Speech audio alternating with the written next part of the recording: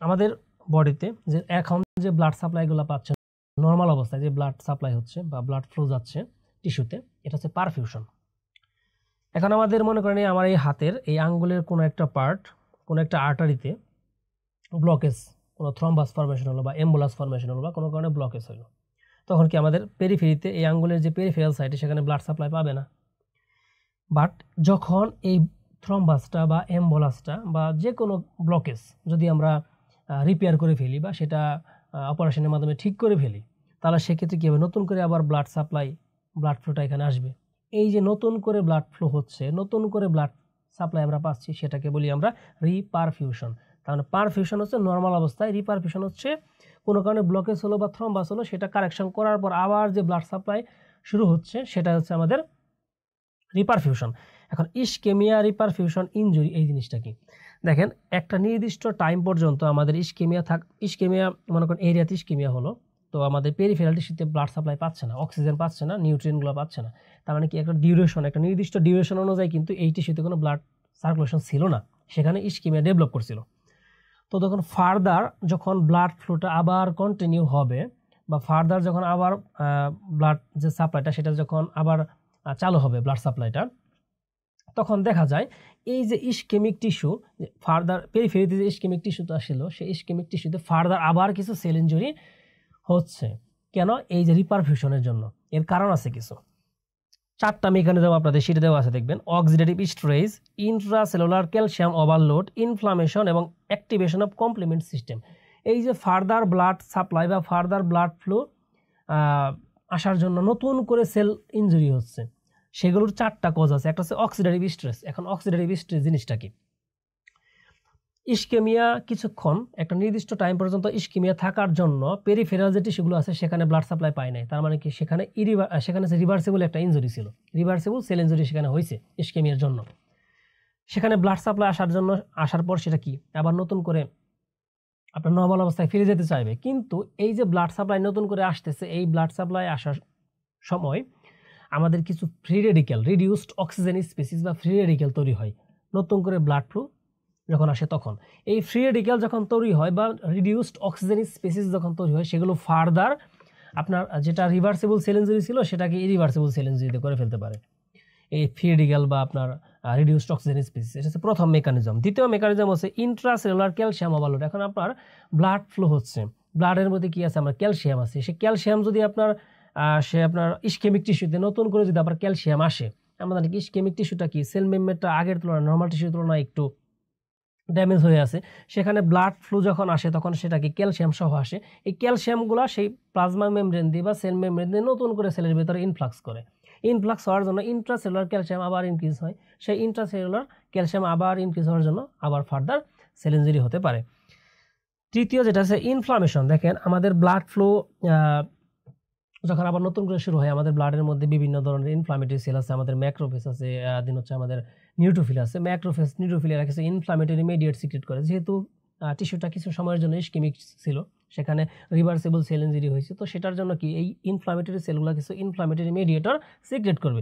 কারণ inflammatory mediator যদি secret করে তাহলে সেখানে ইনফ্লামেশন হবে, সেখানে ইনফ্লামেশন হওয়ার জন্য ফার্দার আবার সেল ইনজুরি ডেভেলপ করতে পারে। তারপরে আমার 4 নাম্বার যেটা আছে অ্যাক্টিভেশন অফ কমপ্লিমেন্ট সিস্টেম। দেখেন এখানে যেহেতু ইনফ্লামেশন হচ্ছে, ইনফ্লামেশনের জন্য পরবর্তীতে আমাদের কি এক কমপ্লিমেন্ট সিস্টেম অ্যাক্টিভেশন হবে। এই কমপ্লিমেন্ট সিস্টেম যদি অ্যাক্টিভেট হয় তাহলে সেখানে আবার ফার্দার সেল ইনজুরি হতে পারে। তো এই 4টা হচ্ছে আমাদের মেকানিজম। এই অ্যাক্টিভেশন অফ কমপ্লিমেন্ট সিস্টেম, এটার যে লাইনটা দেখাচ্ছে দেখেন, may contribute to ischemia, reperfusion injury, some immunoglobulin M antibody have propensity to deposit in ischemic tissue. আমাদের যে ইসকেমিক টিস্যুটা ছিল সেখানে ইমিউনোগ্লোবিন এম এসে ডিপোজিশন হয়। ইমিউনোগ্লোবিন এম এসে যখন ডিপোজিশন হয় তখন সেখানে কমপ্লিমেন্ট সিস্টেম এবং ইমিউনোগ্লোবিন দুইটার ভিতরে একটা ইন্টারাকশন হয়, ইন্টারাকশনের জন্য ফার্দার সেল ইনজুরি হয়। তো এখান থেকে আপনাদের এসবি আসতে পারে যে ইসকেমিয়া রিপারফিউশন ইনজুরি যখন হয় তখন ইসকেমিক টিস্যুর ভিতরে কোন অ্যান্টিবডি, কোন ইমিউনোগ্লোবিন সেখানে ডিপোজিশন হওয়ার চান্স থাকে, তখন এসবি হিসেবে আপনারা ইমিউনোগ্লোবিন এম কারেক্ট করবেন। তাহলে ইসকেমিয়া রিপারফিউশন ইনজুরি এটাকে আপনারা 3 স্টার দিবেন।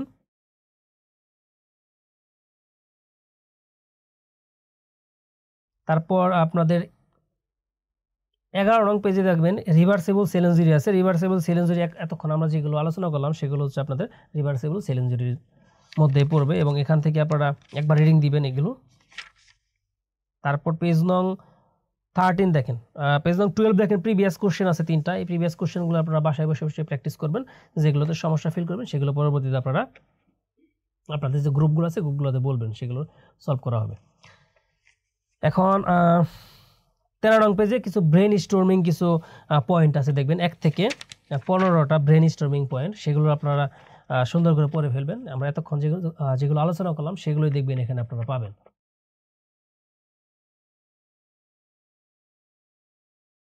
এখন আমরা পড়বো ইরিভার্সিবল সেল ইনজুরি।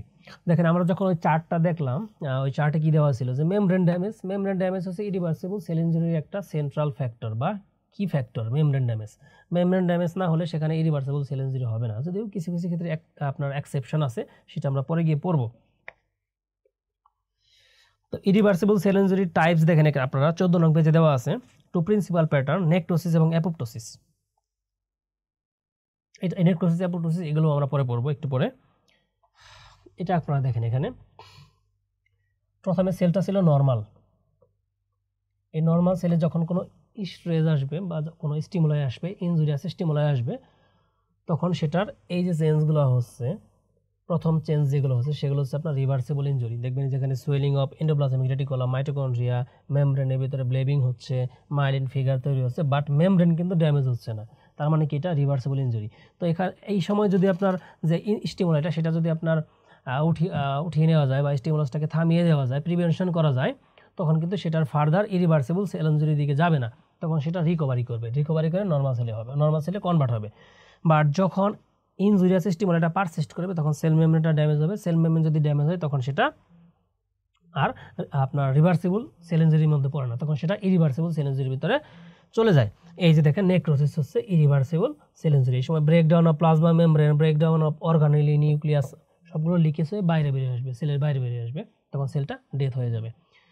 তো নেক্রোসিস এবং অ্যাপোপ্টোসিসের ভিতরে একটা বেসিক পার্থক্য হচ্ছে আপনার, আমরা এতক্ষণ যে রিভার্সিবল সেল ইনজুরি থেকে ইরিভার্সিবল সেল ইনজুরি যে স্টেপগুলো পড়লাম এগুলো ইউজুয়ালি নেক্রোসিসের সময় হয়। মানে রিভার্সিবল সেল ইনজুরি থেকে পরবর্তী যে সেল ডেথটা হচ্ছে সেটা ইউজুয়ালি নেক্রোসিস, সেখানে ইউজুয়ালি অ্যাপোপ্টোসিসটা হয়। অ্যাপোপ্টোসিসের জন্য আলাদা একটা মেকানিজম আছে, আলাদা একটা কিছু এনজাইম অ্যাক্টিভেশন হতে হয়, সেটা আমরা পরে গিয়ে পড়বো।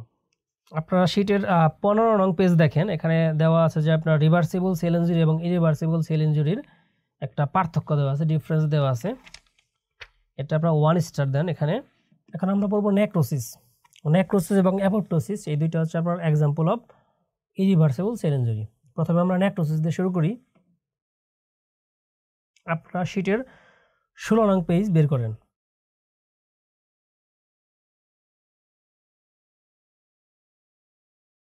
দেখেন এখানে দেওয়া আছে আপনার 16 নং পেজে মাঝামাঝিতে দেওয়া আছে আপনার মরফোলজি দেওয়া আছে নেক্রোসিসের। সাইটোপ্লাজমিক কিছু চেঞ্জ আছে, নিউক্লিয়ার কিছু চেঞ্জ আছে।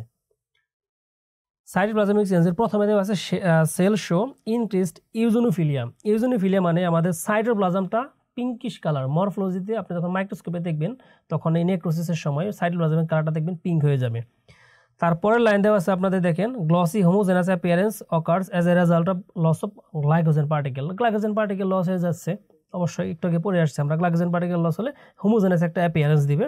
তার পরবর্তীতে 3 নং এ দেওয়া আছে সাইটোপ্লাজম বিকামস ভ্যাকিউলেটেড, সাইটোপ্লাজমে ছোট ছোট ভ্যাকিউল ফর্মেশন হবে এবং মথ হিটেন মনে হবে যে পোকা খাওয়া এরকম মনে হবে, মথ হিটেন অ্যাপিয়ারেন্সের মতো মনে হবে।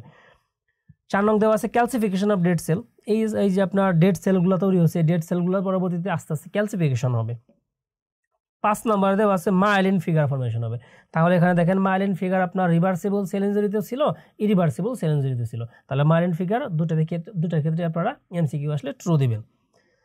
তারপরে আমরা আসি বিতে দেখেন নিউক্লিয়ার চেঞ্জে দেওয়া আছে, নিউক্লিয়ার চেঞ্জ আর হল মার্ক অফ নেক্রোসিস। এখানে আপনারা এসবি হিসেবে দাগে রাখেন যে কোশ্চেন আসবে নেক্রোসিসের হল মার্ক কি, এসবি হিসেবে আসলে আপনারা নিউক্লিয়ার চেঞ্জ নেক্রোসিসের হলমার্ক এটা দিয়ে দিবেন। এখানে প্রথমে কি দেওয়া আছে ক্যারিওলাইসিস, 3 ধরনের নিউক্লিয়ার চেঞ্জ হয়, ক্যারিওলাইসিস, পিকনোসিস এবং ক্যারিওহেক্সিস।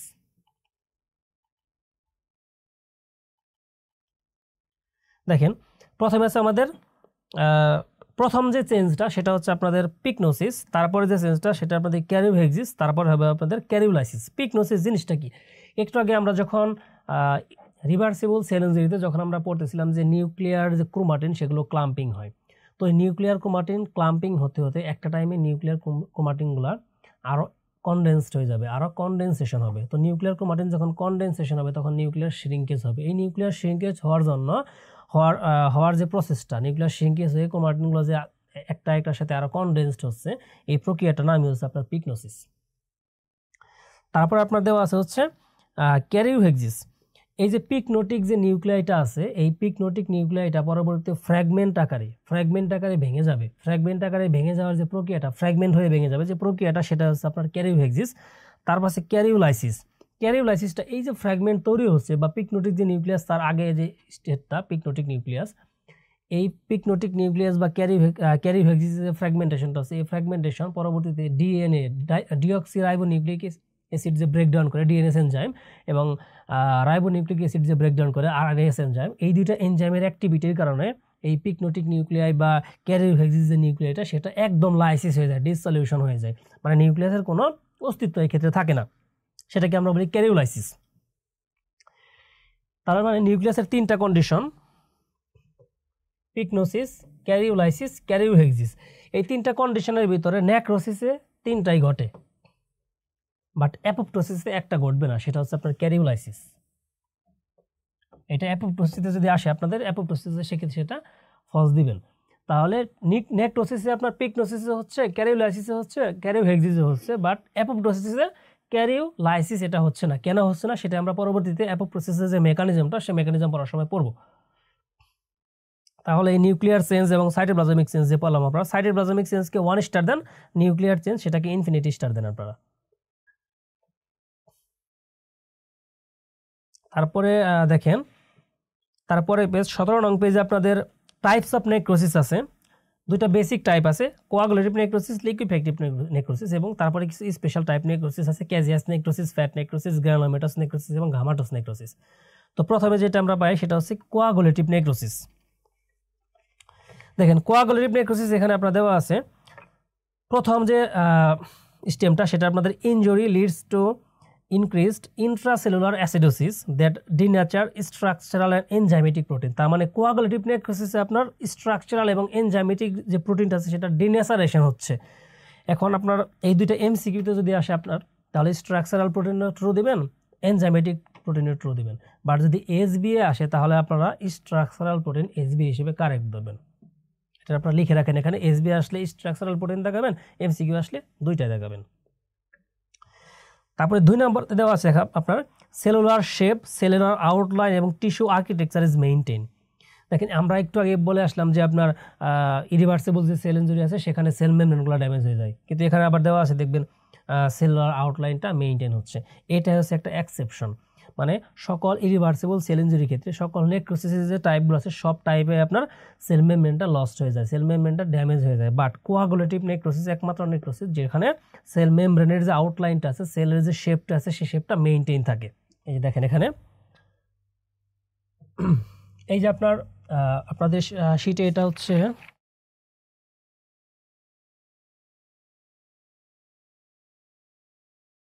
আপনাদের শীটে এটা দেওয়া নাই, কিন্তু এখানে দেখা যাচ্ছে, এটা আপনারা দেখে নেন। দেখেন এখানে লিথাল যদি কোনো ইনজুরি হয় বা ইনজুরি স্টিমুলাই আসে নর্মাল সেলে, তাহলে প্রথমে আমাদের কিছু সাইটোপ্লাজমের কিছু চেঞ্জ হয় এবং নিউক্লিয়াসের চেঞ্জ হয়, একটু আগে আমরা সেটা বলে আসছি। প্রথমে নিউক্লিয়াসের যে চেঞ্জটা সেটা হচ্ছে আমাদের পিকনোসিস হচ্ছে। এই যে দেখেন ক্রোমাটিনগুলো, নিউক্লিয়াসের যে ক্রোমাটিনগুলো আছে, ক্রোমাটিনগুলো কনডেনসেশন হচ্ছে, এই কনডেনসেশনের সময় নিউক্লিয়াসটা শ্রিঙ্কেজ হচ্ছে, এটাকে আমরা বলি পিকনোসিস। তারপরে দেখেন দেওয়া আছে এখানে সাইটোপ্লাজমিক অর্গানেলি লস এবং সাইটোপ্লাজম অ্যাপিয়ার্স ইউনিফিলিক অ্যান্ড ইউনিফর্ম। একটু আগে আমরা সাইটোপ্লাজমের যে মরফোলজিক্যাল যে ফিচারগুলো সেখানে এটা পড়ে আসছি আমরা। তারপর ক্যারিওহেক্সিস, এই যে পিকনোটিক যে নিউক্লিয়াসটা ছিল, এই পিকনোটিক নিউক্লিয়াসটা ব্রেকডাউন হয়েছে, পিকনোটিক নিউক্লিয়াসটা ব্রেকডাউন হয়ে ছোটো ছোটো ফ্র্যাগমেন্টে আলাদা হয়ে গেছে, সেইটার নামই হচ্ছে ক্যারিওহেক্সিস। এটা হচ্ছে ক্যারিওহেক্সিস। তারপর আমরা পাচ্ছি ক্যারিওলাইসিস, এই যে আপনার ছোটো ছোটো ফ্র্যাগমেন্ট যেগুলো আছে, এই ছোটো ছোটো ফ্র্যাগমেন্টটি ফার্দার আরও আপনার ডিএনএস আরএনএস এনজাইমের মাধ্যমে ফার্দার আরও ব্রেকডাউন হবে, আরও ব্রেকডাউন হয়ে একদম ডিসসলিউশন হয়ে যাবে, সেটাকে আমরা বলবো ক্যারিওলাইসিস। তারপরে কী দেওয়া যাবে, একদম এন্ড রেজাল্ট আমাদের সেলের কোনো অর্গানেলি এখানে পারসিস্ট করবে না।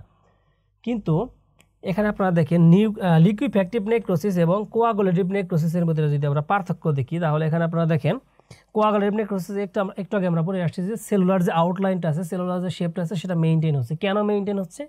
এই যে প্রোটিনগুলো হচ্ছে, প্রোটিনের ডিন্যাচারেশন হচ্ছে। প্রোটিন যখন ডিন্যাচারেশন, আমাদের প্রোটিনের যে স্ট্রাকচারগুলো প্রাইমারি, সেকেন্ডারি, টারশিয়ারি প্রোটিন, তো সেখানে একটা প্রোটিনের স্ট্রাকচার থেকে আরেকটা প্রোটিনের ডিন্যাচার হয়েছে। সেক্ষেত্রে প্রোটিনের যে আউটলাইন, আমাদের সেলের যে সাইটোস্কেলেটাল যে আউটলাইনটা সেটা কিন্তু মেইনটেইন হচ্ছে।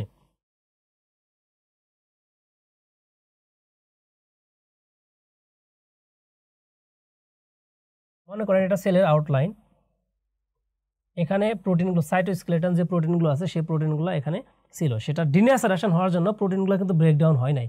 ব্রেকডাউন না হয়ে সেখানে জাস্ট হচ্ছে একটা স্ট্রাকচার থেকে আরেকটা স্ট্রাকচারে কনভার্ট হচ্ছে, যার জন্য সেলের যে আউটলাইনটা আছে সেলের আউটলাইনটা একদম ইনট্যাক্ট থাকবে কোয়াগুলেটিভ নেক্রোসিসের ক্ষেত্রে। এখান থেকে আপনাদের এসবি আসতে পারে যে কোন নেক্রোসিসে আপনার বাইরের যে সেল মেমব্রেন সেটা ইনট্যাক্ট থাকে, সেলুলার যে শেপটা সেটা মেইনটেইন থাকে।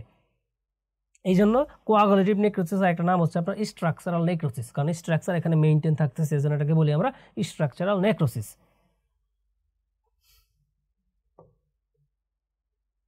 দেখেন এখানে তো আমাদের সেল মেমব্রেন বাদেও আমাদের যে অর্গানেলিগুলো আছে, অর্গানেলিতেও তো আমাদের প্রোটিনগুলো আছে, সেখানকার প্রোটিনগুলো ডিনেচার হবে। সেখানকার প্রোটিনগুলো ডিনেচার হয়ে এখানে আপনারা দেখেন সেখানকার প্রোটিন ডিনেচার হয়ে ছোটো ছোটো স্টোনের মতো হয়ে গেছে। এখানে সেলের ভিতরে ছোটো ছোটো স্টোনের মতো ফর্মেশন হয়েছে। এটাকে বলে কবেল স্টোন অ্যাপিয়ারেন্স। এটা বলে কবেল স্টোন অ্যাপিয়ারেন্স বা টম্ব স্টোন অ্যাপিয়ারেন্স। দেখবেন যখন এখন cobble stone appearance, tomb stone appearance এটা কি? দেখবেন যখন খ্রিস্টিয়ানরা যখন মারা যায় তখন দেখবেন তাদের কবরের একদম সামনে দেখবেন বড় করে একটা পাথর টানানো থাকে। সেই পাথরের ভিতরে ছোট ছোট ছোট ছোট পাথরগুলো একত্র করে সেখানে রাখা হয়, সেটাকে বলে কবেল স্টোন বা টম্ব স্টোন। এবং সেরকম অ্যাপিয়ারেন্স হয় আমাদের এই কোয়াগুলেটিভ নেক্রোসিসে।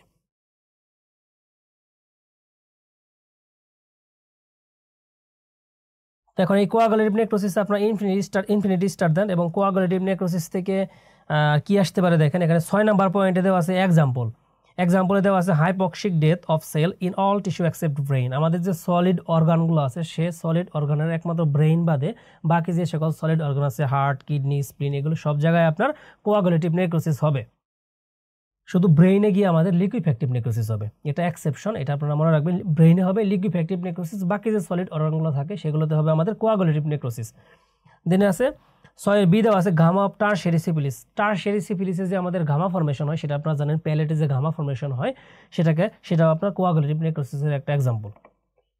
সাথে দেওয়া আছে ক্লাসিক এক্সাম্পল মায়োকার্ডিয়াল ইনফার্কশন। একটু আগে আমরা বলে আসছি হার্টের ভিতরে নেক্রোসিস হচ্ছে, তো হার্টের যে নেক্রোসিসগুলো, সলিড অর্গানের যে নেক্রোসিসগুলো হচ্ছে সেগুলো কোয়াগুলেটিভ নেক্রোসিসের এক্সাম্পল। এখন আমরা আসি লিকুইফ্যাক্টিভ নেক্রোসিস। দেখেন লিকুইফ্যাক্টিভ নেক্রোসিস এক নাম হচ্ছে কলিকুইটিভ নেক্রোসিস। যে কোনোটা দিয়ে আপনাদের এমসিকিউ আসতে পারে, কলিকুইটিভ নেক্রোসিস দিয়ে এমসিকিউ আসতে পারে, লিকুইফ্যাক্টিভ নেক্রোসিস দিয়ে এমসিকিউ আসতে পারে। এই জন্য অ্যানাদার যে নেমগুলো আছে সেগুলো আপনারা মনে রাখবেন। এটার প্রথম যে লাইনটা আছে দেখেন, ইট রেজাল্টস ফ্রম অটোলাইসিস অ্যান্ড হেটারোলাইসিস। এখন অটোলাইসিস কি, হেটারোলাইসিস কি? আমরা জানি আমাদের প্রতিটা সেলের ভেতরে লাইসোজোম থাকে, তাই না? এই যে সেলের যে লাইসোজোমের ভেতরে কিছু এনজাইম থাকে। যখন লাইসোজোমের যে মেমব্রেনটা আছে, মেমব্রেনটা যখন আপনার ড্যামেজ হয়ে যায় বা র্যাপচার হয়ে যায়, তখন লাইসোজোমের যে এনজাইমগুলো আছে সেই এনজাইমগুলো বাইরে বের হয়ে যায়। এখন এই লাইসোজোমের এনজাইমগুলো যদি বাইরে বের হয়ে যায় তখন সেটা কি করবে? সেটা সেলকে অটোলাইসিস করবে, নিজের সেলকে নিজেই ব্রেকডাউন করে ফেলবে, নিজের সেলকে নিজে ড্যামেজ করে ফেলবে। এটাকে আমরা বলবো অটোলাইসিস। এখন হেটারোলাইসিস কি? একটা সেল যখন ইনফ্লামেটরি সেল, আমরা জানি কি কোনো একটা সেল যখন ড্যামেজ হয় বা কোনো একটা সেল যখন ইনজুর্ড হয় সেখানে কি ইনফ্লামেটরি সেল আসে, ম্যাক্রোফেজ, দেন আপনার নিউট্রোফিল, এগুলো আসে। এখন ম্যাক্রোফেজ এবং নিউট্রোফিল এসে তারা যখন ওই ডেথ সেল বা ওই ইনজুর্ড সেলকে আপনার ডেস্ট্রয় করবে তখন সেটাকে আমরা বলবো হেটারোলাইসিস। তার মানে অটোলাইসিস মানে হচ্ছে সেলের নিজের লাইসোজোমের মাধ্যমে নিজেই ডেস্ট্রয় হয়ে যাচ্ছে। হেটারোলাইসিস মানে যখন বাইরে থেকে যে ইনফ্লামেটরি সেলগুলো ব্লাড থেকে আসতেছে তাদের মাধ্যমে যে লাইসিসটা হচ্ছে সেটাকে আমরা বলবো হেটারোলাইসিস।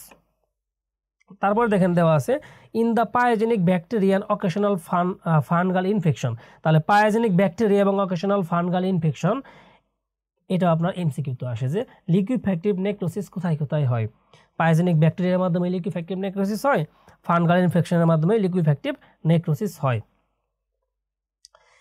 এখন দেখেন লিকুইফ্যাক্টিভ নেক্রোসিসে কিন্তু আবার সেল মেমব্রেনটা ইনট্যাক্ট থাকতেছে না। এখন সেল মেমব্রেন যদি ইনট্যাক্ট না থাকে বা সেলুলার যে আর্কিটেকচারটা আছে, সেলুলার যে আউটলাইনটা আছে, সেই আউটলাইনটা যদি আপনার ইনট্যাক্ট না থাকে, তার মানে কি সেল টোটাল ডিস্ট্রয় হয়ে গেছে, তার মানে কি সেলটা একটা লিকুইড একটা মাসে কনভার্ট হয়ে গেছে, লিকুইড একটা ম্যাটেরিয়ালে কনভার্ট হয়ে গেছে। তো এই যে লিকুইড যে ম্যাটেরিয়াল কনভার্ট হয়ে গেছে, এই লিকুইড ম্যাটেরিয়ালের চারদিকে পরবর্তীতে একটা এপিথেলিয়াম ফর্মেশন হয়। এখন আপনারা জানেন যে এই লিকুইড ম্যাটেরিয়ালের চারদিকে যদি এপিথেলিয়াম ফর্মেশন হয়, সেটাকে আমরা কি বলি? সেটাকে আমরা বলি সিস্ট। তার মানে কি লিকুইফ্যাক্টিভ নেক্রোসিসে সিস্ট কমন, সবসময় হয় না, বাট লিকুইফ্যাক্টিভ নেক্রোসিসে সিস্ট কমন। এটা আপনার এমসিকিউতে আসলে এটা আপনারা ট্রু দিবেন। এবং এই লিকুইফ্যাক্টিভ নেক্রোসিসে এই যে আপনার যে লিকুইড যে আপনার ম্যাটেরিয়ালটা তৈরি হয়েছে, সেখানে পরবর্তীতে আমরা একটু আগে পড়ে আসছি যে লিকুইফ্যাক্টিভ নেক্রোসিস কি পায়োজেনিক ব্যাকটেরিয়ার মাধ্যমে লিকুইফ্যাক্টিভ নেক্রোসিস হয়। এখন পায়োজেনিক ব্যাকটেরিয়ার মাধ্যমে যদি লিকুইফ্যাক্টিভ নেক্রোসিস হয়, তাহলে সেক্ষেত্রে কী হবে? পাস ফর্মেশন হবে। তার মানে লিকুইফ্যাক্টিভ নেক্রোসিসে যদি পাস ফর্মেশন হয়, এটা যদি আপনাদের স্টেমে থাকে, তাহলে এটা আপনারা ট্রু দিবেন। 7 নাম্বার অপশনে দেখেন আপনারা লিকুইফ্যাক্টিভ নেক্রোসিসের 7 নাম্বার স্টেমে দেওয়া আছে এক্সাম্পলে liquefactive necrosis occurs in suppurative inflammation. একটু আগে বলে আসছি আমরা। তার মানে যত ধরনের পায়োজেনিক ব্যাকটেরিয়া আছে, যত ধরনের আপনার পায়োজেনিক ফানগাস আছে, সবাই আপনার লিকুইফ্যাক্টিভ নেক্রোসিস বা কলিকুইটিভ নেক্রোসিস করে। বিতে আপনাদের দেওয়া আছে দেখেন hypoxic death of cell within brain, infarction of brain, মানে ব্রেইনে যে নেক্রোসিস সেটা হচ্ছে আপনার লিকুইফ্যাক্টিভ নেক্রোসিস। তার মানে বাকি যে সলিড অর্গানগুলো আছে সেগুলোতে কোয়াগুলেটিভ নেক্রোসিস হচ্ছে। সিতে caseous material as secondary sense, caseous material এটা আমরা একটু পর বলবো। ক্যাজিয়াস নেক্রোসিসে যখন সেকেন্ডারিলি আবার চেঞ্জ হয়, তখন সেখানে এই লিকুইফ্যাক্টিভ নেক্রোসিস বা কলিকুইটিভ নেক্রোসিস হয়। 17 নম্বর পেজের একদম নিচে দেখবেন দেওয়া আছে কলিকুইটিভ নেক্রোসিস এবং লিকুইফ্যাক্টিভ নেক্রোসিসের ডিফারেন্স। এটা আপনারা ইনফিনিটি স্টার দিবেন। মোট কথা এই যে আপনার নেক্রোসিসের যে টাইপসগুলো আছে, কোয়াগুলেটিভ নেক্রোসিস, লিকুইফ্যাক্টিভ নেক্রোসিস এবং 18 নং পেজে দেখবেন ক্যাজিয়াস নেক্রোসিস আছে। এই তিনটা নেক্রোসিস আপনাদের জন্য ইনফিনিটি স্টার। এখান থেকে আপনার এক্সাম্পলগুলো আসে, এখান থেকে আপনার কোয়াগুলেটিভ নেক্রোসিস এবং লিকুইফ্যাক্টিভ নেক্রোসিস, ক্যাজিয়াস নেক্রোসিস কোথায় কোথায় হয়, লোকেশন, সেগুলো আপনার এমসিকিউ আসে সেখান থেকে, এসবি আসে এখান থেকে। তারপরে আমরা আসি ক্যাজিয়াস নেক্রোসিস। দেখেন ক্যাজিয়াস নেক্রোসিসে একটা প্রথমে যে লাইনটা আছে দেখবেন দেওয়া আছে 18 নং পেজে আপনাদের দেওয়া আছে। দেখেন প্রথম লাইনটা, this is a distinctive type of coagulative necrosis, মানে কোয়াগুলেটিভ নেক্রোসিসের একটা ডিস্টিংটিভ টাইপ, মানে কিন্তু এটা কোয়াগুলেটিভ নেক্রোসিস না। কেন এটা কোয়াগুলেটিভ নেক্রোসিস না? আমরা একটু আগে কি পড়ে আসছি যে কোয়াগুলেটিভ নেক্রোসিসে আমাদের যে সেল মেমব্রেনটা আছে, সেলের যে আউটলাইনটা আছে, সেটা কিন্তু মেইনটেইন হচ্ছে, বাট ক্যাজিয়াস নেক্রোসিসে সেলের আউটলাইনটা মেইনটেইন হবে না, সেলের যে আপনার আর্কিটেকচারটা সেটা মেইনটেইন হবে না। তার জন্য আমরা ক্যাজিয়াস নেক্রোসিসকে কোয়াগুলেটিভ নেক্রোসিসকে একদম সরাসরি কোয়াগুলেটিভ নেক্রোসিস বলতে পারি না। তো এখানে দেখেন তারপর দেওয়া আছে ইট occurs most common in the tubercle. আমরা যে টিউবারকল ফর্মেশন হয়, আমাদের টিউবারক্লোসিসে যে টিউবারকল ফর্মেশন হয়, সেটা হচ্ছে ক্যাজিয়াস নেক্রোসিসের একটা example, which is a granuloma. They are also found in systemic fungi nocardia infection. তার মানে ক্যাজিয়াস নেক্রোসিস কোথায় কোথায় হয়, এটা যদি আপনাদের এমসিকিউ আসে, টিউবারকল আসলে ট্রু দিবেন, টিউবারক্লোসিস হলে ট্রু দিবেন, সিস্টেমিক ফানগাস সেটা ট্রু দিবেন। সিস্টেমিক ফানগাসের এক্সাম্পল আপনারা মনে রাখবেন, মাইক্রোবায়োলজিতে পড়ে আসছেন, যেমন হিস্টোপ্লাজমা, ক্যাপসুলেটাম, কক্কিডিউডিস, প্যারাকক্কিডিউডিস, ব্লাস্টোপ্লাজমা, এই চারটা যে সিস্টেমিক ফানগাই, সেখানে আপনাদের এই সিস্টেমিক ফানগাই না থেকে সে সকল ফানগাইয়ের এক্সাম্পল হিসেবে থাকতে পারে, সেক্ষেত্রে আপনারা ট্রু দিবেন। নোকার্ডিয়া ইনফেকশন, নোকার্ডিয়া ব্যাকটেরিয়াল ইনফেকশনেও ক্যাজিয়াস নেক্রোসিস হয়, সেটাও মনে রাখবেন। তাহলে এই যে ক্যাজিয়াস নেক্রোসিস একটু আগে আমরা পড়ে আসছি যে লিকুইফ্যাক্টিভ নেক্রোসিসের একটা এক্সাম্পলে পড়ে আসছিলাম কি ক্যাজিয়াস ম্যাটেরিয়াল অ্যাজ সেকেন্ডারি সেন্স। তো ক্যাজিয়াস নেক্রোসিসে পরবর্তীতে যখন সেকেন্ডারি সেন্স হয়, তখন সেখানে লিকুইফ্যাক্টিভ নেক্রোসিস হতে পারে। দেখেন 18 নং, তাহলে ক্যাজিয়াস নেক্রোসিস এটা আপনাদের জন্য ইনফিনিটি স্টার। তারপর দেখবেন একটা ডিফারেন্স আছে 18 নং পেজের মাঝে, কোয়াগুলেটিভ নেক্রোসিস এবং ক্যাজিয়াস নেক্রোসিসের যে ডিফারেন্সটা, সেটা আপনারা 1 স্টার দিয়ে পড়ে ফেলবেন। তারপর আসি আমরা ফ্যাট নেক্রোসিস। ফ্যাট নেক্রোসিসটা কি? ফ্যাট নেক্রোসিস হচ্ছে আমাদের যে ফ্যাট নেক্রোসিস ইউজুয়ালি হচ্ছে আপনার আমাদের যে লাইপেজ এনজাইমটা আছে, এই লাইপেজ এনজাইমের ওভার অ্যাক্টিভেশনের জন্য, লাইপেজ এনজাইমের ওভার অ্যাক্টিভিটির জন্য ফ্যাট নেক্রোসিসটা হয়। এটা দুইটা টাইপস আছে, এনজাইমেটিক এবং ট্রমাটিক নেক্রোসিস। ট্রমাটিক ফ্যাট নেক্রোসিসটা খুব একটা ইম্পর্টেন্ট না, এটা শুধু কোথায় হয় লোকেশনটা মনে রাখবে। ট্রমাটিক ফ্যাট নেক্রোসিসটা হচ্ছে আমাদের ব্রেস্টে হয়। আরেকটা আছে কি এনজাইমেটিক ফ্যাট নেক্রোসিস। যখন অ্যাকিউট প্যানক্রিয়াটাইটিস হয়, এই অ্যাকিউট প্যানক্রিয়াটাইটিসে আমাদের প্যানক্রিয়াসে কি লাইপেজ এনজাইম থাকে, এই লাইপেজ এনজাইম সিক্রেশন করে প্যানক্রিয়াসটা। যখন এই লাইপেজ এনজাইমটা প্যানক্রিয়াস সিক্রেশন করে তখন আমাদের প্যানক্রিয়াসের চারদিকে যে পেরিপ্যানক্রিয়াটিক ফ্যাট আছে এবং প্যানক্রিয়াসের পাশে যে আপনার ওমেন্টাল যে ফ্যাট আছে, ওমেন্টাল যে টিস্যুগুলো আছে সেখানে কি ট্রাইএসাইল গ্লিসারল থাকে, ট্রাইএসাইল গ্লিসারল থাকে। তো লাইপেজ এনজাইম আপনার এই অ্যাকিউট প্যানক্রিয়াটাইটিসে আমাদের প্যানক্রিয়াস লাইপেজ সিক্রেশন করতেছে। তো লাইপেজটা কি করবে, লাইপেজের কাজ হচ্ছে আমাদের এই ট্রাইএসাইল গ্লিসারল সেটাকে ব্রেকডাউন করে দেওয়া। ট্রাইএসাইল গ্লিসারল ব্রেকডাউন হয়ে কি তৈরি হবে, ফ্রি ফ্যাটি অ্যাসিড তৈরি হবে।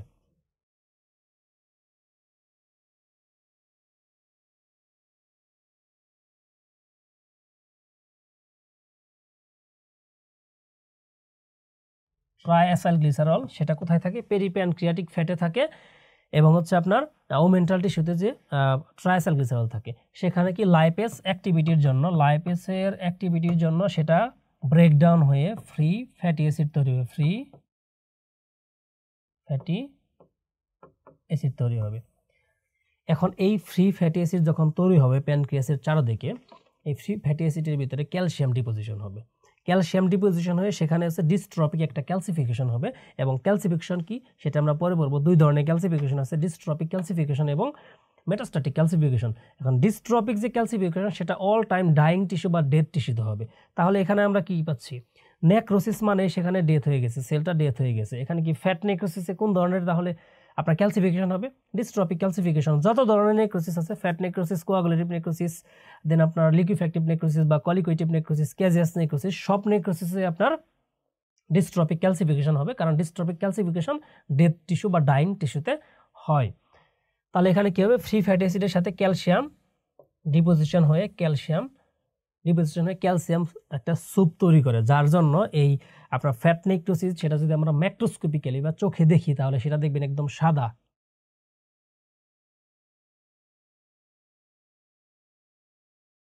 তাহলে ফ্যাট নেক্রোসিসটা আপনারা 1 স্টার দিয়ে পড়ে ফেলেন। এখান থেকে ইউজুয়ালি আসে এনজাইমেটিক ফ্যাট নেক্রোসিস কোথায় কোথায় হয় এবং ট্রমাটিক ফ্যাট নেক্রোসিস কোথায় কোথায় হয়। তারপর আপনার ফ্যাট নেক্রোসিস যে হচ্ছে, এনজাইমেটিক ফ্যাট নেক্রোসিস ইউজুয়ালি কোন এনজাইমের জন্য হচ্ছে, লাইপেজ এনজাইমের জন্য হচ্ছে। এখানে কোন ক্যালসিফিকেশন হচ্ছে, ডিস্ট্রপিক ক্যালসিফিকেশন হচ্ছে। এই টাইপস অফ ফ্যাট নেক্রোসিসে এনজাইমেটিক যে অপশনটা আছে আপনার, এই এনজাইমেটিক, এটা একবার রিডিং দিবেন আপনারা, এটা 1 স্টার।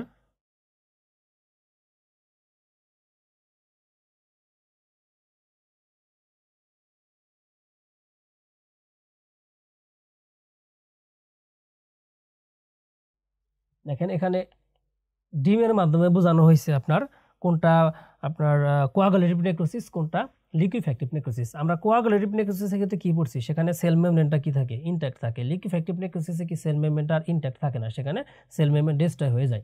তো এখানে প্রথম যে চিত্রটা আপনারা দেখেন, এখানে এই যে চারদিকে যে হোয়াইট এরিয়াটা আছে এটা মনে করেন আপনার সেল মেমব্রেন, মানে কি সেলুলার আউটলাইন সেটা ইনট্যাক্ট হয়ে আছে এবং ভেতরে সেলুলার বাকি অর্গানেলগুলো ড্যামেজ হয়ে গেছে। কিন্তু আপনারা যদি দ্বিতীয় ছবিটা দেখেন, এখানে দেখেন সেল মেমব্রেন এবং সেলুলার যে আউটলাইন বা হচ্ছে আপনার সেলের ভেতরে যে অর্গানেলগুলো আছে সেগুলো কোনো কিছুই বোঝা যাচ্ছে না, সেগুলো একদম ডিস্ট্রয় হয়ে গেছে, সেগুলো একদম ড্যামেজ হয়ে গেছে এনজাইমের মাধ্যমে, সেগুলো একদম অটোলাইসিস হেটারোলাইসিস হয়ে গেছে। তো লিকুইফ্যাক্টিভ নেক্রোসিসে ঠিক এরকম আপনার কোনো সেলুলার আউটলাইন বোঝা যাবে না, কোনো সেলুলার যে আর্কিটেকচার সেটা ইনট্যাক্ট থাকবে না। বাট কোয়াগুলেটিভ নেক্রোসিসে এই যে সেলুলার আউটলাইনটা সেটা ইনট্যাক্ট থাকবে।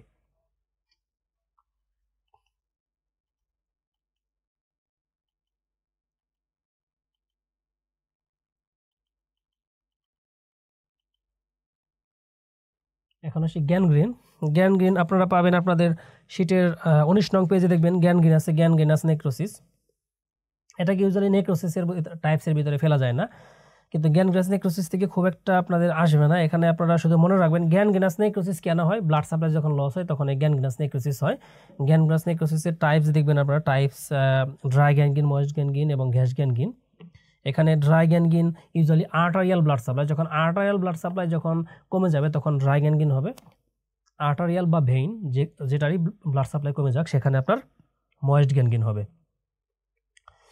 তাহলে এখানে আপনারা ড্রাই গ্যানগ্রিনাস নেক্রোসিস 1 স্টার দিয়ে রাখেন। এখান থেকে যেমন এখান থেকে কোশ্চেন আসে আপনার ড্রাই গ্যানগ্রিন মোস্টলি কোথায় হয় এসবি হিসেবে, তখন সেখানে আপনারা বলবেন লেগ, পায়ে, গ্রেড 2, আমাদের পায়ে যে গ্রেড 2 আছে সেখানে ইউজুয়ালি মোস্ট কমনলি ড্রাই গ্যানগ্রিন হয়। আর ময়েস্ট গ্যানগ্রিন লোকেশন যেমন আপনারা পরের পেজেই পাবেন, 20 নং পেজে দেখবেন ময়েস্ট গ্যানগ্রিন। ময়েস্ট গ্যানগ্রিনের মোস্ট কমন সাইট এখানে দেখা দেওয়া আছে, দেখেন সাইট দেওয়া আছে intestine is the most commonest site. তো এটাও আপনার এসবি হিসেবে আসে যে মোস্ট কমন সাইট কোনটা, ইন্টেস্টাইন। বাকি যে লোকেশনগুলো আছে সেগুলো আপনারা পরে ফেলবেন। মাউথ আমাদের মুখে যে নোমাগুলো হয় সেই নোমাটাও কিন্তু ময়েস্ট গ্যানগ্রিনের একটা এক্সাম্পল। তারপর বেড শোরগুলো এবং আদার সাইডগুলো ভালভা, স্ক্রোটাম, অ্যান্টি অ্যাবডোমিনাল এবং থাই, এখানেও ময়েস্ট গ্যানগ্রিন হয়। তারপরে দেখবেন এই পেজের একদম মাঝামাঝিতে আপনার ড্রাই গ্যানগ্রিন এবং ময়েস্ট গ্যানগ্রিনের একটা ডিফারেন্স আছে। এই ডিফারেন্সটা আপনারা 3 স্টার দিয়ে পড়ে ফেলবেন। 3 স্টার দিয়ে এই ডিফারেন্সটা একবার দেখে ফেলবেন। তারপর আছে গ্যাস গ্যানগ্রিন। গ্যাস গ্যানগ্রিনের ভিতর থেকে শুধু একটা কোশ্চেনই বারবার আসে, সেটা হচ্ছে গ্যাস গ্যানগ্রিনের কজ কী। এটা আপনার মাইক্রোবায়োলজিতে আরও ভালোভাবে পড়বেন। যেমন আপনার আমাদের যে ক্লস্ট্রিডিয়াম পারফিনজেন্স যে ব্যাকটেরিয়াগুলো আছে, সেই ক্লস্ট্রিডিয়াম পারফিনজেন্স ব্যাকটেরিয়া যে স্পোর ফর্মেশন করে এবং এই ক্লস্ট্রিডিয়াম পারফিনজেন্স আলফা টক্সিন প্রডিউস করে, সেই আলফা টক্সিনটা হচ্ছে আমাদের এই গ্যাস গ্যানগ্রিন করে। তো এখানে আরও কিছু ক্লস্ট্রিডিয়ামের স্পেসিস আছে, সেটাও আপনার এমসিকিউর জন্য কাজে লাগবে। Clostridium novyi, clostridium septicum, clostridium histolyticum. বা মোস্ট কমন যদি আপনারা বলে most common organism responsible for gas gangrene কোনটা, তাহলে সেক্ষেত্রে আপনারা ক্লস্ট্রিডিয়াম পারফিনজেন্স এসবি হিসেবে ট্রু দাগাবেন।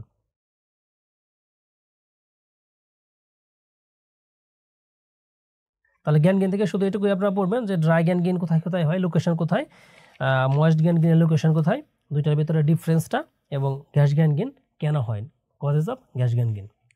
আমরা এতক্ষণ বললাম যে আপনার ইরিভার্সিবল সেল ইনজুরি যে দুইটা টাইপস, নেক্রোসিস, অ্যাপোপ্টোসিস। নেক্রোসিস আমরা পড়ে ফেললাম, এখন আমরা পড়বো অ্যাপোপ্টোসিস। একটু আগে আমি বলে আসছি যে আপনার অ্যাপোপ্টোসিসের যে মেকানিজমটা সেটা ইউজুয়ালি ডিফারেন্ট। যেমন আপনার একটা রিভার্সিবল সেল ইনজুরি থেকে যে ইরিভার্সিবল সেল ইনজুরি, আমরা যে একদম প্রথমে সেল ইনজুরি যে আপনার মেকানিজম আমরা পড়ে আসছি, যে এটিপি ডিক্রিজ হয়ে যাচ্ছে, সোডিয়াম পটাশিয়াম পাম্প কমে যাচ্ছে, দেন ল্যাকটিক অ্যাসিডোসিস হচ্ছে, দেন আপনার যে ইরিভার্সিবল সেল ইনজুরি হচ্ছে সেটা ইউজুয়ালি নেক্রোসিসের মেকানিজম। কিন্তু অ্যাপোপ্টোসিসের ক্ষেত্রে সেটা একটু ডিফারেন্ট। যেমন আপনাদের শিটে 22 নং পেজ বের করেন, এখানে দেখবেন যে আপনারা কজেস অফ অ্যাপোপ্টোসিস, আগে এখান থেকে কী পড়তে হবে সেটা দিয়ে আপনাদের দাগিয়ে দিয়ে নেই। প্রথমে দেখেন কজেস অফ অ্যাপোপ্টোসিস আছে, এটা 1 স্টার দিয়ে রাখবেন। কিছু আছে ফিজিওলজিক্যাল সিচুয়েশনে অ্যাপোপ্টোসিস হয়, কিছু আপনার প্যাথোলজিক্যাল সিচুয়েশনে অ্যাপোপ্টোসিস হয়, এগুলো হচ্ছে 1 স্টার। আর মরফোলজি অফ অ্যাপোপ্টোটিক সেল, এটা আপনার ইনফিনিটি স্টার দেন। তারপর দেখেন 23 নং পেজের একদম নিচে দেওয়া আছে ডোন্ট ফরগেট, এখানে কিছু অ্যান্টি অ্যাপোপ্টোটিক কিছু প্রোটিনের নাম দেওয়া আছে এবং কিছু হচ্ছে প্রো অ্যাপোপ্টোটিক প্রোটিনের নাম দেওয়া আছে, এটা আপনারা 3 স্টার দেন। এবং রেগুলেটেড অ্যাপোপ্টোসিস ইনিশিয়েটর, এটাকেও 3 স্টার দেন।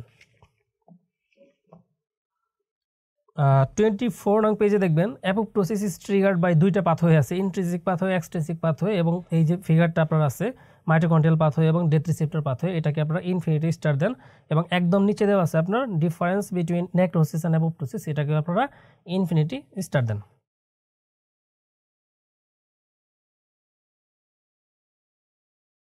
এখন আমরা অ্যাপোপ্টোসিসের যে মেকানিজম, স্পেশাল যে মেকানিজম অ্যাপোপ্টোসিসের, সেটা আমরা পড়ব।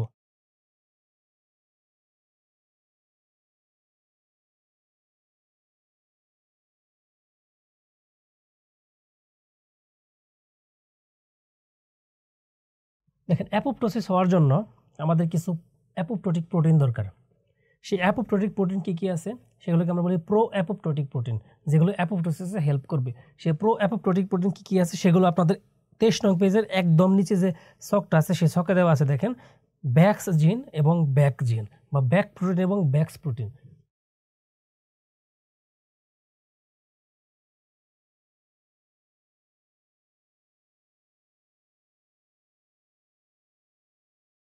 ব্যাক্স এবং ব্যাক, এই দুইটা প্রোটিন। আর কিছু আছে অ্যান্টি অ্যাপোপ্টোটিক প্রোটিন, মানে অ্যাপোপ্টোসিসকে বন্ধ করে দিতে চায়, তারা হচ্ছে BCL2, BCLXL এবং MCL, এরা হচ্ছে অ্যান্টি অ্যাপোপ্টোটিক প্রোটিন। তো স্বাভাবিক প্রো অ্যাপোপ্টোটিক প্রোটিন যারা, তারা অ্যাপোপ্টোসিসে হেল্প করবে, যারা অ্যান্টি অ্যাপোপ্টোটিক প্রোটিন তারা অ্যাপোপ্টোসিসকে বাধা দিবে, অ্যাপোপ্টোসিস হতে দিবে না।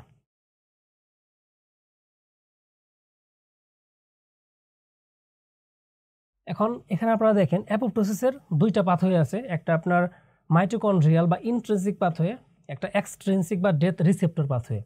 ইন্ট্রিনসিক পাথওয়ে সেলের ভেতরের যে সিস্টেমগুলো সেগুলো অ্যাক্টিভেশনের মাধ্যমে হচ্ছে, মানে মাইটোকন্ড্রিয়ার মাধ্যমে সেই পাথওয়েটা হচ্ছে, যার জন্য আমরা সেটাকে ইন্ট্রিনসিক পাথওয়ে বলি। এবং ডেথ রিসেপ্টর বা এক্সট্রিনসিক পাথওয়ে সেটা একদম সেল মেমব্রেনের বাইরে থেকে কিছু লাইগ্যান্ড এবং রিসেপ্টর অ্যাক্টিভেশন এবং তাদের ভেতরে ইন্টারাকশনের মাধ্যমে সে পাথওয়েটা হচ্ছে, সেজন্য সেটাকে আমরা বলি এক্সট্রিনসিক পাথওয়ে বা ডেথ রিসেপ্টর পাথওয়ে। এখন মাইটোকন্ড্রিয়াল পাথওয়ে এটা হওয়ার জন্য আমাদের কোন কোন স্টিমুলাই বা কোন কোন স্টিমুলেশন আসতে হবে, একদম শিটে আপনাদের 24 নং পেজে মাঝামাঝিতে যে আপনার একটা চিত্র দেওয়া আছে, সেখানে আপনারা দেখেন মাইটোকন্ড্রিয়াল পাথওয়ে বা ইন্ট্রিনসিক পাথওয়ের প্রথমে দেওয়া আছে গ্রোথ ফ্যাক্টর উইথড্রল। এখন দেখেন কোনো একটা সেলে যদি গ্রোথ ফ্যাক্টর বা গ্রোথ সিগন্যাল যদি উইথড্র করে নেওয়া হয় বা সেটা যদি ডিমিনিশড হয়ে যায়, তার মানে সে সেলটা কি, সে সেলটা কিন্তু সার্ভাইভাল এজেন্ডার থাকে না, সে সেলটার সার্ভাইভাল রেটটা কমে যায়, তখন সেলের অ্যাপোপ্টোসিস হয়। দ্বিতীয় দেওয়া আছে ডিএনএ ড্যামেজ, একটা সেলের ডিএনএ ড্যামেজ হয়ে গেছে, তো সে সেলটা কী হবে, সে সেলটা অবশ্যই পরবর্তীতে ডেথ হবে, তখন সেটা অ্যাপোপ্টোসিস হয়। তারপরে প্রোটিন মিসফোল্ডিং, দেখেন আমরা জানি কি প্রোটিন সিনথেসিস হয় আমাদের রাফ এন্ডোপ্লাজমিক রেটিকুলামে যে রাইবোসোমগুলো আছে, সেই রাইবোসোমে আপনার প্রোটিন সিনথেসিস হয়। কারণ প্রোটিন যদি মিসফোল্ডিং হয়ে যায়, তাহলে সেক্ষেত্রে আমাদের সেল পরবর্তী সেলুলার যে ফাংশনগুলো সেগুলো কি ডিসরেগুলেশন হয়ে যায়, তখন সেলটা ড্যামেজ হয়ে যায়, তখন সেলের আপনার এই অ্যাপোপ্টোসিস হয়। তো এখন growth factor withdrawal, DNA damage, protein misfolding, এই এতগুলা কন্ডিশনের জন্য সেলটা যখন ড্যামেজ হয়, তখন আমাদের বডিতে একটা জিন আছে যেটা হচ্ছে P53 জিনকে আমরা গার্ডিয়ান অফ দ্য জিনোম বলি। যখন কোনো একটা সেল, যে কোনো জায়গার কোনো একটা সেল যখন আপনার ইনজুর্ড হয় বা কোনো একটা সেল যখন একটু ড্যামেজ হয়, তখন P53 জিন সবার আগে চিন্তা করে এই সেলটাকে আমার রিপেয়ার করতে হবে। তার মানে কি প্রথমে সেলটাকে রিপেয়ার করা ট্রাই করে, যখন দেখতেছে এই সেলটা রিপেয়ার হবে না, তখন সে সেলটাকে অ্যাপোপ্টোসিস করায়। তার মানে কি এই সকল কন্ডিশন যখন হবে, তখন P53 যে জিনটা আছে সেটা অ্যাক্টিভেশন হবে, এখানে P53 জিন অ্যাক্টিভেশন হবে।